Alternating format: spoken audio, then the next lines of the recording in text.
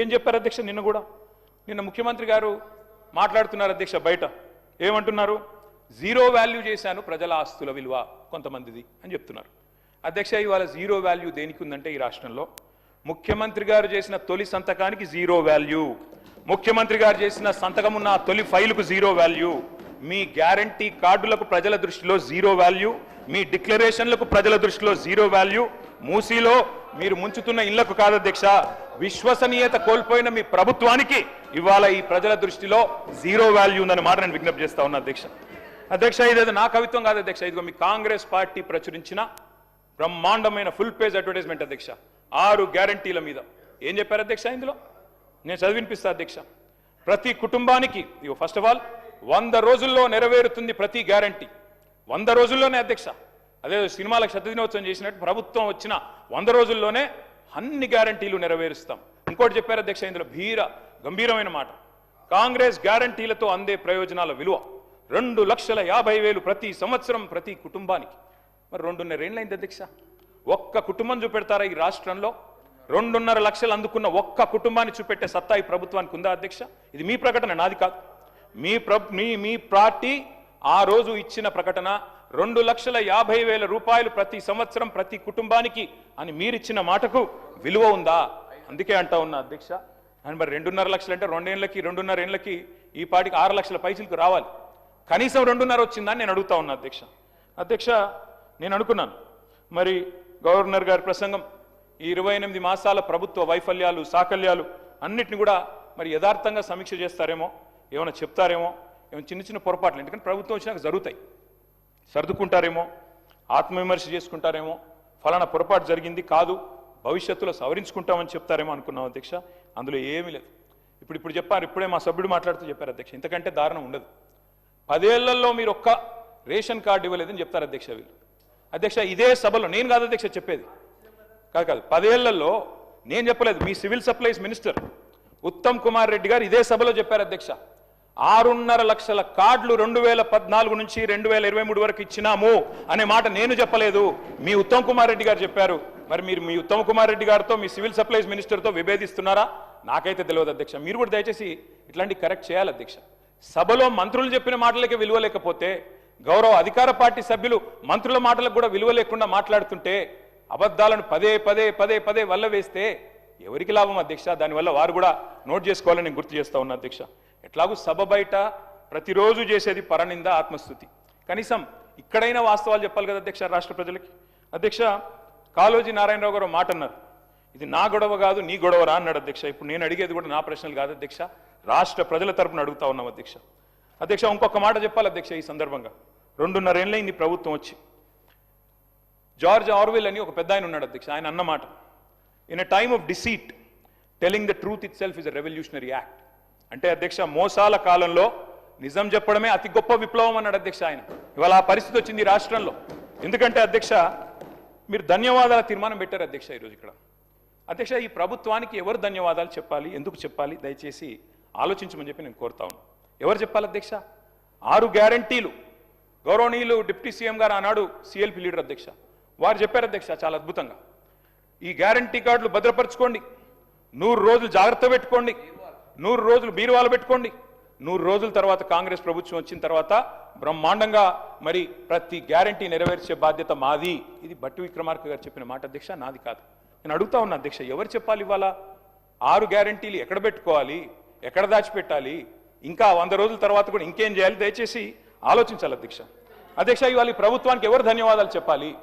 4,000 pension కోసం ఎదురు చూసి విసిగి వేసారిన 46 లక్షల మంది ధన్యవాదాలు చెప్పాలా? లేదా 6,000 పెన్షన్ కోసం అలసిపోయిన 100 రోజుల్లో ఇస్తామని చెప్పి అలసిపోయిన 5 లక్షల మంది దివ్యాంగులు ధన్యవాదాలు చెప్పాలా?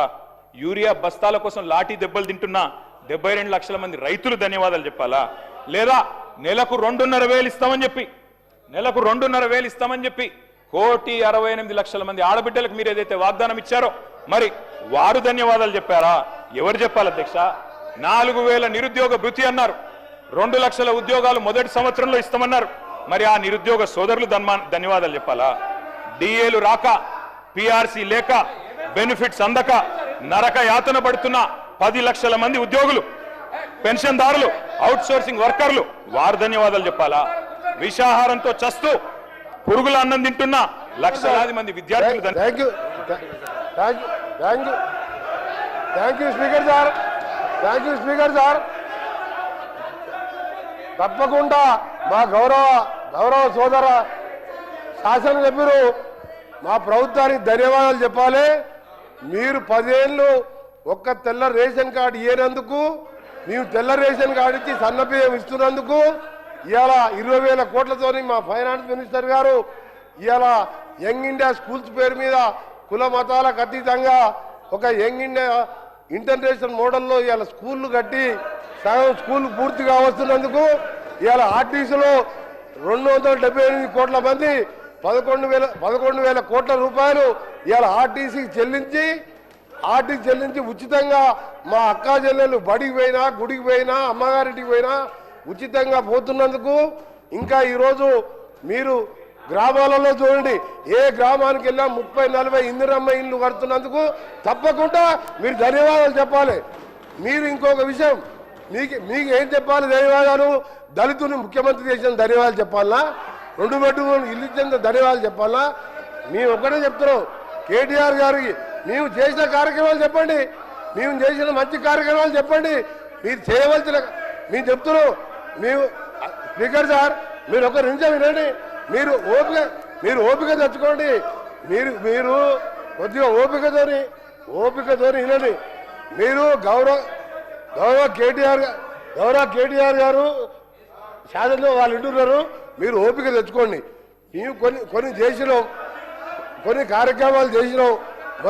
మొదటగా పేదవాళ్ళకు సంబంధించిన కార్యక్రమాలు చేసుకుంటూ అప్పుల బారిన పడ్డ ఈ రాష్ట్రాన్ని గాడిలో పెట్టుకుంటూ ఒక్కొక్క కార్యక్రమాలు చేస్తూ మీరు మొదలుపెట్టి రిజర్వాయర్ కట్టిండు, ల్యాండ్ ఎక్విజిషన్ లేదు, ప్రాజెక్ట్ లేవు, నీళ్లు లేవు, లక్షల కోట్లు అప్పు చేసాను. అవన్నీ కూడా సెట్ చేసుకుంటూ ఈ 2.5 సంవత్సరాల్లో 3,25,000 కోట్ల అప్పులు మీరు చేసిన దాన్ని బాకీలు కట్టి ఓ రాష్ట్రాన్ని గాడిలో పెడుతున్న సందర్భంలో తప్పకుండా మీరు ధన్యవాదాలు చెప్పాలి. ప్రజలను మోసం చేసేందుకు మీరు క్షమాపణ చెప్పాలి. మీరు కేటీ రామారావు గారు సార్ ఇవ్వండి సార్, మా శ్రీనివాస్ యాదవ్ గారికి ఇవ్వండి. రామారావు గారు మీరు మాట్లాడండి సార్. మా డిప్యూటీ ఫ్లోర్ లీడర్, వారు సీనియర్ నాయకుడు, మాజీ మంత్రి, ఇవ్వండి సార్ వారికి అవకాశం. సార్ 94 నుంచి వారు మినిస్టర్ సార్, వారికి అవకాశం ఇవ్వండి. కేటీ రామారావు గారు మీరు మాట్లాడండి ప్లీజ్. కరెక్ట్ కాదు కదా సార్. మీరు మాట్లాడండి. స్పీకర్ సార్, ఇస్తాను మీ తర్వాత ఇస్తాను సార్. మాజీ మంత్రి, బలహీన వర్గాల నాయకుడు, హైదరాబాద్ లో పెద్ద నాయకుడు, మీరు ఈ రకంగా దయచేసి వారిని అవమానించకండి. దయచేసి వారికి మైక్ ఇవ్వండి సార్. మంత్రులకు ఎప్పుడు అడిగితే అప్పుడు ఇస్తున్నారు, వారికి సంబంధం కూడా లేదు, ఆయనకి ఇచ్చేసినారు. మా నాయకుడు అడుగుతున్నాడు, ఇవ్వండి సార్. మా డిప్యూటీ లీడర్ గారు అడుగుతున్నారు, ఇవ్వండి సార్.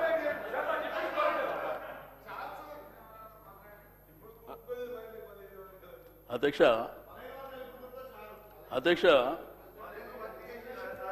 ఈ శాసనసభలో స్పీకర్ గారు అనేది ఒక పార్టీకి సంబంధించి కాదు అధ్యక్ష, మా అందరికీ స్పీకర్ మీరు. అందుకే మీకు మైక్ ఇచ్చాను. నేను చెప్పాను తినండి సార్.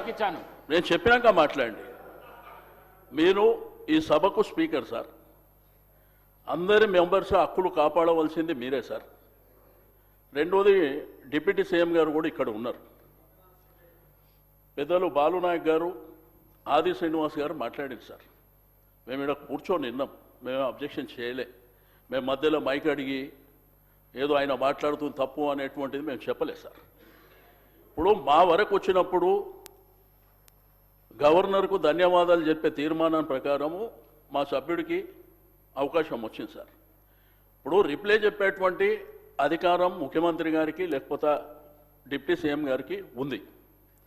కాబట్టి మా సభ్యులు చెప్పినటువంటిది మీరు దయచేసి వినాలి. మీరు ప్రతిసారి ఇంటర్వ్యూన్ అయిననుకో, మీరు అక్కడి వైపు నుంచి ఇంటర్వ్యూన్ కావడం, మేము ఇక్కడి నుంచి ఇంటర్వ్యూన్ కావడం, అది సభ మర్యాదలో కూడా కరెక్ట్ కాదు. మీరు గుర్తుంచుకోవాలి సార్. నేను దయచేసి స్పీకర్ గారు రిక్వెస్ట్ చేసేది, మీరు మా హక్కులను కాపాడాలి అంతే. మీరు అడిగిన కాబట్టి మేము ఇచ్చినాం అది కాదు కదా సార్. అది రైట్ రాయల్గా మాకు రావాల్సినటువంటి హక్కు సార్ అది. దయచేసి నేను మంత్రులకు రిక్వెస్ట్ చేస్తున్నా. ఇప్పుడు సభ్యులు అంటే తెలుసో తెలియక కొత్త పాత ఉంటారు, ఏదో అరుస్తుంటారు, కామెంట్ చేస్తారు, ఇటువైపు అటువైపు జనరల్గా జరుగుతుంది. కాబట్టి మంత్రులు జర బాధ్యతగా దయచేసి సభ్యులు మాట్లాడేటప్పుడు మీరు నోట్ చేసుకోండి. ప్రతిసారి ఇంటర్వ్యూన్ అయితే సభకు మర్యాద గౌరవం ఉండదు సార్. లాస్ట్ టైం కూడా అదే జరిగింది. లాస్ట్ టైం కూడా ఇదే సభలో అనని మాటల్ని ముఖ్యమంత్రి గారు ఆ రోజు సీరియస్గా మాట్లాడినప్పుడు మేము బయటకు వెళ్ళిపోయినాం అధ్యక్ష. కనీసం ఇక్కడ ఉన్నటువంటి చీఫ్ విప్పుల బాధ్యత ఏంది అధ్యక్ష? ప్రతిపక్షాల దగ్గరకు వచ్చి మాట్లాడి ఇట్లా కాదు, ఇది స్పీకర్ గారు పంపించారని చెప్పాలి. అది కూడా జరగలే. కాబట్టి నేను దయచేసి మీకు రిక్వెస్ట్ చేసేది, మీరు మా హక్కులను కాపాడాలి. ఇందులో ఉన్నటువంటి ప్రతి సభ్యుడు including chief minister, opposition leader, ప్రతి ఒక్కరు కూడా సభ్యులే అధ్యక్ష ఇక్కడ. కాబట్టి దయచేసి మా సభ్యుడికి అవకాశం వచ్చినప్పుడు ఆయన మాట్లాడిందంతా వినండి, మీరు నోట్ చేసుకోండి. తర్వాత మీరు రేపు ఎట్లయినా రిప్లై ఇవ్వాలి కదా, అప్పుడు ఇవ్వండి. అంతేగాని వాళ్ళు ఇంటర్వ్యూన్ అయ్యి మేము ఇంటర్వ్యూన్ అయ్యి సభ గౌరవానికి కూడా మర్యాద కాదు అధ్యక్ష.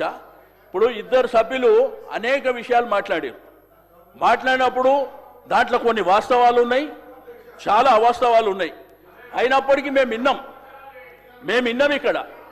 కాబట్టి దయచేసి మీకు రిక్వెస్ట్ చేస్తున్నా, సభ సజావుగా జరగాలంటే సభ్యునికి అవకాశం ఇచ్చినప్పుడు మీరు ఎవరు వాళ్ళు ఇంటర్వ్యూన్ కాకుండా నోట్ చేసుకోమని చెప్పండి, రిప్లైలో చెప్పుకోమని చెప్పండి. మేము చెప్పింది తప్పు, మీరు చెప్పింది రైట్ అంటే అల్టిమేట్గా ప్రజలు చూస్తున్నారు. కాబట్టి తప్పకుండా నేను దయచేసి మీరు రిక్వెస్ట్ చేస్తున్నా, మీరు ఇక మీదట ఎవరికి మధ్యలో అవకాశం ఇవ్వకుండా సభ్యుడికి అవకాశం ఇచ్చారు, వారు మాట్లాడతారు. కేటీఆర్ గారు మాట్లాడిన తర్వాత వాళ్ళు నోట్ చేసుకోమని రిప్లైలా ఇంకా ఏం చెప్పాలనుకుంటారో చెప్పండి. ఇదే మా యొక్క అబ్జెక్షన్ అధ్యక్ష. గౌరవ కేటీఆర్ గారు మీరు ఇంతకుముందు ఒక పాంప్లెంట్ చూపిస్తూ ప్రతి కుటుంబానికి 2.5 లక్షలు ఇస్తామన్నారు. 7 ఆ 2.5 లక్షలు అని అడిగినారు. అవును సార్. అది నాకు కూడా అర్థం కాలేదు. మా డిప్యూటీ సీఎం గారు చెప్తారు జవాబు. తప్పకుండా ప్లీజ్ మీరు చెప్పండి, దాని జవాబు చెప్పండి. 2.5 లక్షలు ఏంటివి?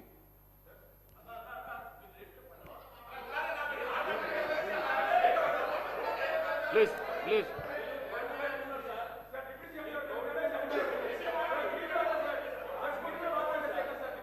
మీరు అడిగిందే. నో అధ్యక్ష, గవర్నర్ గారి ప్రసంగం పైన ధన్యవాదాలు చెప్పే తీర్మానం పైన గౌరవ సభ్యులు కేటీఆర్ గారు మాట్లాడుతూ ఉన్నారు.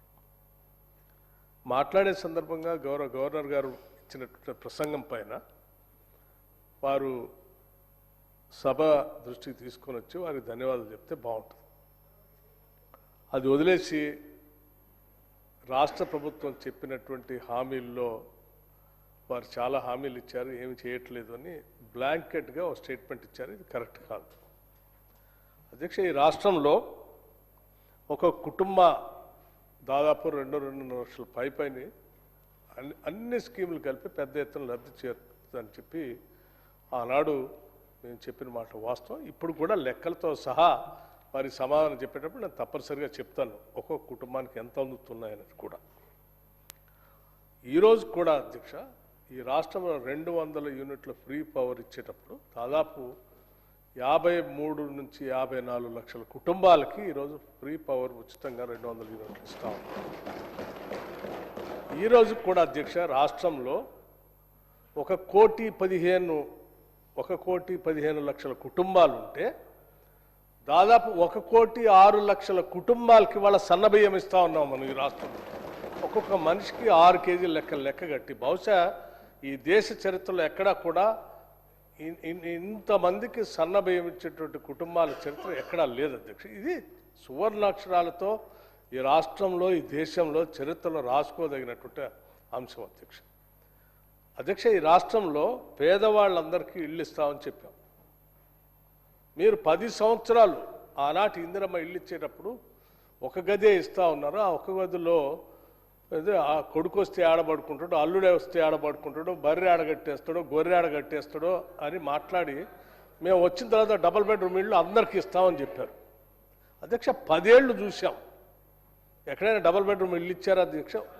ఉదాహరణకి అక్కడక్కడ ఏదో ఒక శాంపుల్ కొన్ని ఇల్లు కట్టేసి అట్లా వదిలేశారు తప్ప ఇవ్వలేదు కదా అధ్యక్ష.